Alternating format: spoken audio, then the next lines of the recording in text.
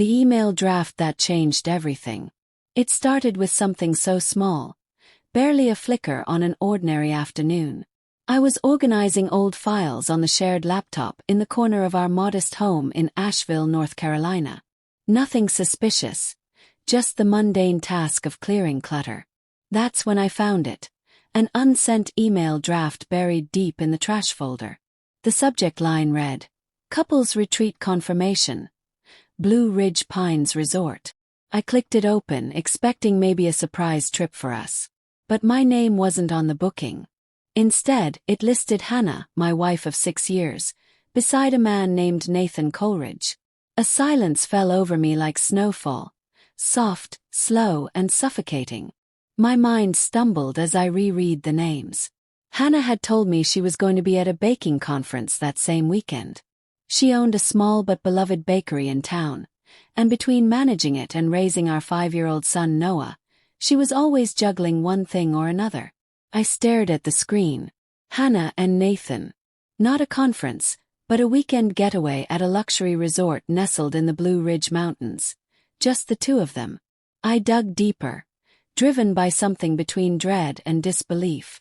I found hotel receipts tucked in a hidden folder, dated just a few weeks ago.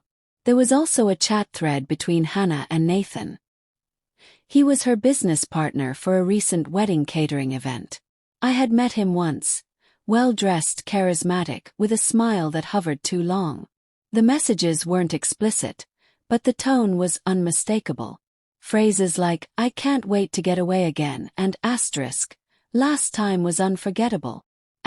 My stomach turned as I began to realize this wasn't a recent lapse in judgment. It was a slow-burning betrayal, carefully hidden behind work schedules and flour-dusted aprons. I didn't confront her. Not yet. I needed more than words on a screen. I needed to see the truth for myself. So I did something I never thought I'd do. I booked a room at the same resort under a different name. Told Hannah I had a last-minute inventory trip for the hardware store where I worked. She smiled and kissed me goodbye, completely unaware. That Friday, I left Noah with my sister and drove up into the mountains, my chest tight with dread. The air at the resort was crisp, clean, mocking in its serenity. I wore a baseball cap low and dark sunglasses, blending in with the other couples checking in. And then I saw them, Hannah and Nathan, laughing. Her hand curled into his like it belonged there. They looked comfortable, intimate, like they had done this before. I followed them at a distance, heart hammering, every breath loud in my ears. From my spot on a lodge balcony, I watched them have dinner by candlelight. She leaned into him, head resting on his shoulder as he whispered something that made her smile in a way I hadn't seen in a long time. I recorded the scene with my phone. Proof, not for revenge, but for clarity. For closure. Back home, I waited until Noah was asleep and we were alone in the kitchen. I showed her the video. Her face drained of color. Her lips trembled. Eli. "I didn't know how to tell you, she said, eyes full of tears. She admitted the truth. Nathan wasn't just a business partner. He'd become someone she turned to emotionally. Someone who listened when I came home too tired to talk. She told me we had been drifting, that I hadn't really seen her in months. That in my effort to provide, I had started to disappear. Her words pierced me, not just because of what she did, but because part of me recognized the truth in them. Still, the betrayal cut deep. I left that night, crashing on a friend's couch while the ache settled into my bones. Noah didn't understand, kept asking when Daddy was coming home, and why Mommy cried in the mornings. I didn't have an answer a 5-year-old could understand. Weeks passed. I kept myself busy, refinishing old furniture, reconnecting with friends I'd let drift away.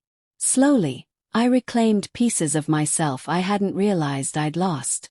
To her credit, Hannah didn't try to win me back with empty apologies. Instead, she proposed shared custody, showed genuine effort to make co-parenting work. It wasn't about us anymore, it was about Noah. One evening, I hiked a trail that overlooked the Blue Ridge horizon. The same mountains that had hidden her lie also held my clarity. As the sun dipped behind the peaks, turning the sky shades of fire and lavender, I felt something shift inside me. I didn't forgive her that night. But I called. Not to rekindle things, not yet, but to suggest therapy.